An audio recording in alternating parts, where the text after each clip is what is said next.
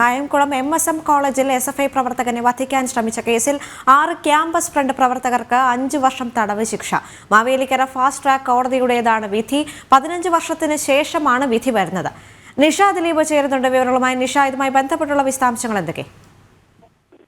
Devika, 2009 November 2 നടന്ന സംഭവത്തിലാണ് Mavelikkara additional ജില്ലാ കോടതിയുടെ വിധി. 6 പ്രതികൾക്കും 7 വർഷം വീതം കഠിന തടവും 25,000 രൂപ പിഴയുമാണ് കോടതി വിധിച്ചത്.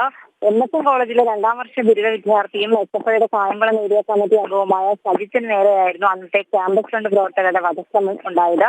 സംഭവ ദിവസം രാവിലെ കോളേജിൽ SFI പ്രവർത്തകർ നടത്തിയ പ്രകടനത്തിന് നേരെ ക്യാമ്പസ് ഫ്രണ്ട് നടത്തിയ ആക്രമണത്തിന് പിന്നാലെയായിരുന്നു സജിത്തിന് നേരെയുള്ള ആക്രമണം.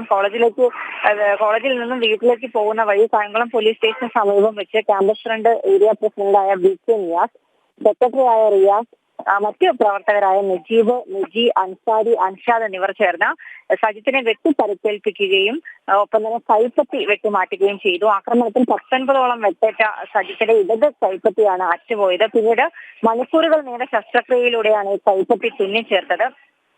കേസ് നടക്കുന്ന സമയത്ത് തന്നെ പ്രതികളിൽ ഒരാളായ BK നിയാസ് CPM ചേർന്നു. പിന്നീട് കായംകുളത്തെ പിന്നീട് CPM ഇയാൾക്ക് പല സ്ഥാനങ്ങളും നൽകിയിരുന്നു. കായംകുളത്തെ പാർട്ടി പ്രവർത്തകരിൽ ഒരു വിഭാഗം മത തീവ്രവാദ സംഘടനയുമായി ബന്ധമുള്ളവരാണെന്നും തന്നെ വെട്ടിക്കൊലപ്പെടുത്താൻ ശ്രമിച്ച കേസിലെ 4ാം പ്രതിയായ ക്യാമ്പസ് ഫ്രണ്ട് പ്രവർത്തകൻ BK നിയാസ് ഇപ്പോൾ പാർട്ടിയിൽ അംഗമാണെന്നൊക്കെ കാട്ടി സജിത്ത് നൽകിയ പരാതി സജിത്ത് പാർട്ടി ജില്ലാ സംസ്ഥാന നേതൃത്വങ്ങൾക്ക് പരാതി നൽകി. ഈ പരാതി അന്വേഷിക്കുകയും പിന്നീട് നിയാസിനെ ഈ CPM നൽകിയ സ്ഥാനങ്ങളിൽ നിന്നൊക്കെ മാറ്റുകയും പാർട്ടിയിൽ നിന്ന് പുറത്താക്കുകയും ചെയ്തിരുന്നു.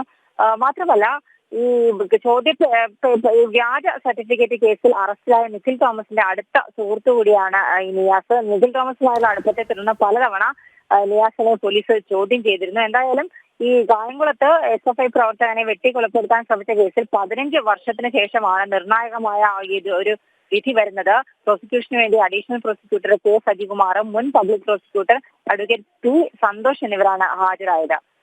ദേവിക. ശരി, ടെലിഫോൺ ലൈനിൽ വിവരങ്ങളുമായി ചേരുകയായിരുന്നു നിഷ ദിലീപ്.